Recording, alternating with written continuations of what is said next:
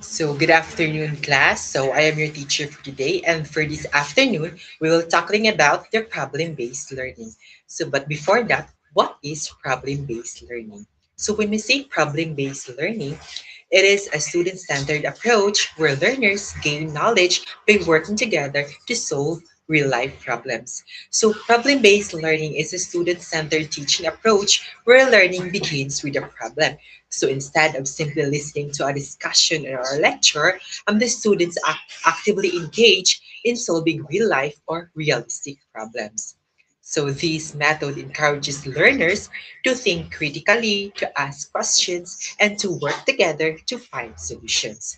So in problem-based learning, the teacher does not act as the main source of information but serve as a facilitator or guide.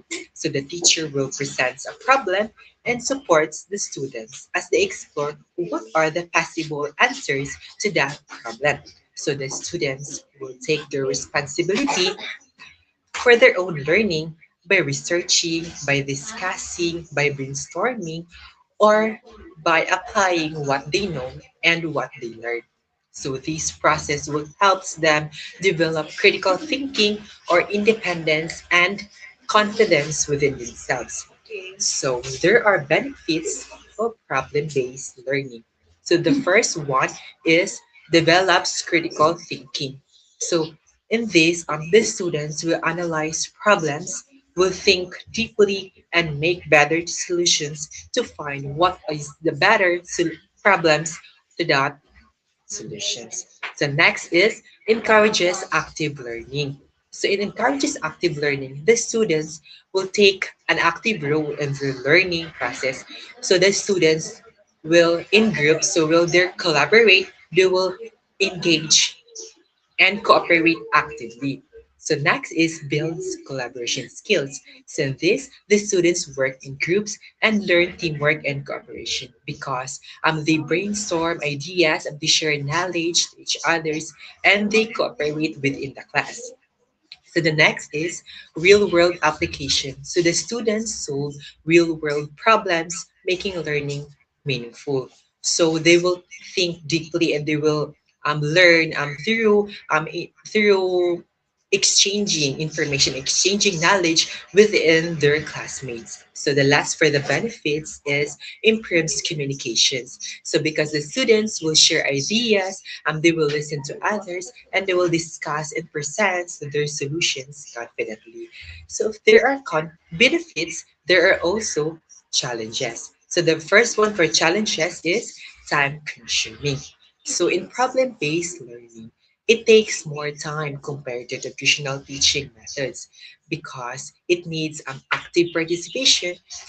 For some students may not participate actively, especially in group activities. So this will affect in groups performance. So next is difficult to manage, especially in group activities because group work can be noisy and challenging to manage. So the fourth one is it requires skilled teacher because the teacher must guide, facilitate, and ask the right questions for us, the students, to understand fully, for us, the students, to experience real world application and to connect their learning through brainstorming and through connecting ideas to each other.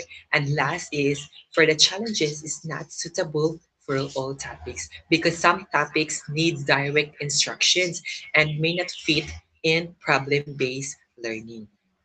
So, how to use in PE the problem based learning? First is to present a problem.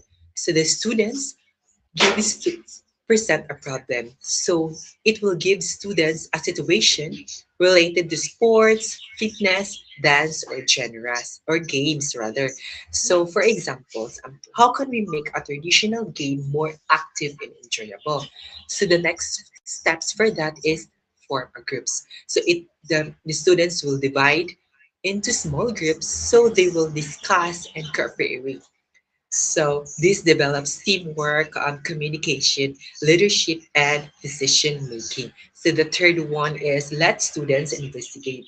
So the students will think of possible solutions to that problem. So they will observe, they will discuss, and they will research.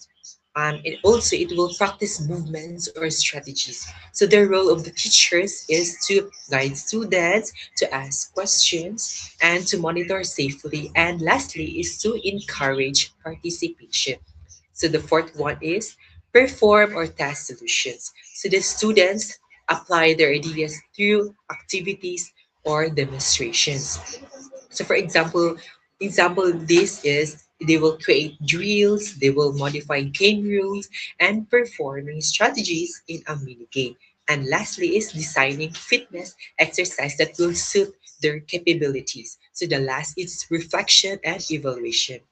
Reflection, it will help students understand both skills and values.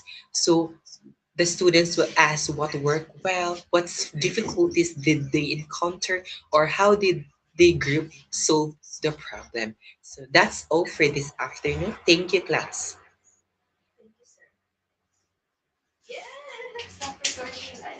Asa Paano to? yung anak? Ano yung Ako stop ra ko recording? ganito. Uy, asa na yung stop recording? Check def na record ba?